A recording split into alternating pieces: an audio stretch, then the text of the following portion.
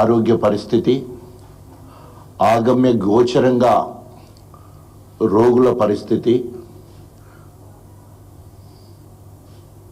ప్రభుత్వ ఆసుపత్రులు అంతకుముందు నేను రాను బిడ్డో సర్కారు దవాఖాన కన్న పరిస్థితి నుండి పెద్దలు కేసీఆర్ గారు గత 10 సంవత్సరాల్లో తీసుకున్న అనేక నిర్ణయాలు, నేను వస్తా బిడ్డో ప్రభుత్వ దవాఖానకు అనే విధంగా న్యూట్రిషన్ కిట్ తీసుకొచ్చి 108 సర్వీసెస్ మెరుగుపరిచి, అదేవిధంగా కేసీఆర్ కిట్ తీసుకొచ్చి ఇన్స్టిట్యూషనల్ డెలివరీస్ అధికంగా పెంచి, ఇన్ఫెంటైల్ మోర్టాలిటీ రేట్ అంటే శిశు మరణాలను తగ్గించి, మెటర్నల్ మోర్టాలిటీ రేట్ అంటే తల్లి మరణాలను తగ్గించి, భారతదేశంలో ఎక్కలేని విధంగా మరి వైద్యంలో నెంబర్ 1 స్థానానికి ఎదిగి,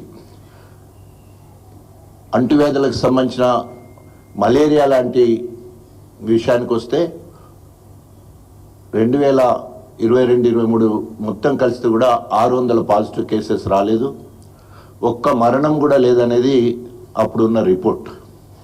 వీటన్నిటిని దృష్టిలో పెట్టుకొని మరి కేటీ రామారావు గారు త్రిసభ్య కమిటీని ఏర్పాటు చేసి తెలంగాణ ప్రభుత్వ ఆసుపత్రిలో ప్రత్యేకంగా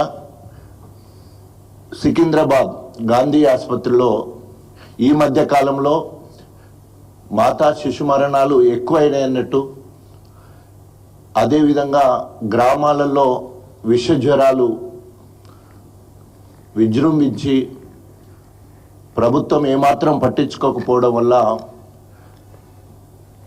ఎక్కడ ఏం జరుగుతుందో తెలియని పరిస్థితి, సరి అయిన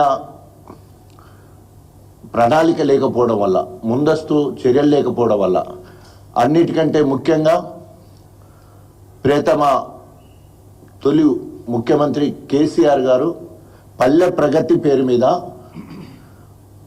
ప్రతి నెల 230 కోట్ల రూపాయలు నిధులు విడుదల చేసి, పట్టణ ప్రగతికి 260 కోట్ల వరకు విడుదల చేసి, పరిశుభ్రంగా ప్రాంతాలు ఉండే విధంగా, అన్నిటికంటే ముఖ్యంగా ఎక్కడ నీటి నిల్వ లేకుండా, ఎందుకంటే జబ్బులు మొత్తం కూడా నీరు నిల్వ ఉండడం వల్ల దోమలు పెరుగుతాయి, అదేవిధంగా పరిసర ప్రాంతాలు శుభ్రంగా లేకపోవడం వల్ల ఈగలు ఎక్కువ వచ్చేదానికి అవకాశం ఉంటాయి. కాస్త డీప్గా వెళ్ళేది ఉంటే ఈగల వల్ల మనకు అంటు రోగాలు వస్తుంటాయి.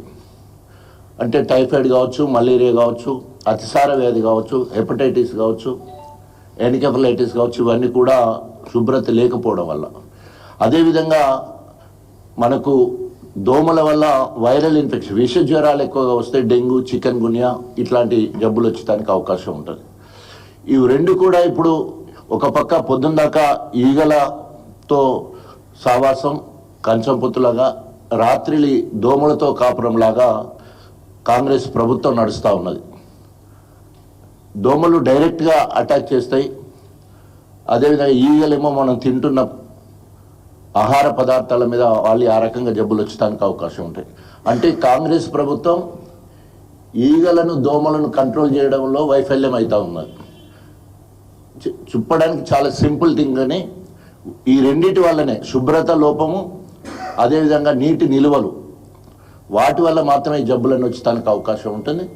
సరి అయిన ప్రణాళిక లేకపోవడం వల్ల, సరి అయిన నిధులు లేకపోవడం వల్ల, అదే సమీక్షలు లేకపోవడం వల్ల ఈరోజు మొత్తము తెలంగాణ మొత్తంలో ప్రత్యేకంగా ప్రభుత్వ ఆసుపత్రులు పూర్తిగా మరి సరి అయిన సిబ్బంది లేకపోవడం వల్ల, సరి అయిన మందులు లేకపోవడం వల్ల, అదేవిధంగా sub staff, paramedical staff, correct nursing వాళ్ళు కూడా సరిగా లేకపోవడం వల్ల ఈరోజు ఎక్కడ చూసినా కూడా మరి డెంగ్యూ జ్వరాలు, ప్రత్యేకంగా విష జ్వరాలు, వైరల్ ఫీవర్స్ ఇవన్నీ కూడా జరుగుతూ ఉన్నాయి. దీనికి తోడుగా నిర్లక్ష్యం కూడా కనిపిస్తూ ఉన్నది. మొన్న హుజూర్ నగర్లో డెలివరీ కోసం అని ఒక మహిళ వెళ్తే పొట్ట మీద తన్ని ఆ రకంగా డెలివరీ చేయడం వల్ల పాప కూడా చనిపోవడం జరిగింది. తర్వాత ఇంతకుముందు ఇన్స్టిట్యూషనల్ డెలివరీస్ ఎక్కువ అవుతూ ఉండేది, ఇప్పుడు ఇన్స్టిట్యూషన్ డెలివరీస్ తగ్గిపోయినాయి పర్సెంట్ ఇట్లా చెప్పుకుంటూ పోతూ ఉంటాయి. వీటన్నిటిని దృష్టిలో పెట్టుకొని ఆ రోజు 2014-15లో నేను వైద్య ఆరోగ్య శాఖ మంత్రిగా ఉన్నప్పుడు పెద్దలు కేసీఆర్ గారి ఆశీస్సులతో ఆదేశంతో మొట్టమొదటిసారిగా తెలంగాణలో హెలికాప్టర్ను నాకు ఇచ్చి ఏజెన్సీ ప్రాంతాలైన ఆదిలాబాద్, నిజామాబాద్కి ప్లేట్లెట్ సపరేషన్ మిషన్స్ తీసుకొని హెలికాప్టర్లు తీసుకొని పోయి అక్కడ వైద్య సౌకర్యాలు అందించిన పరిస్థితి.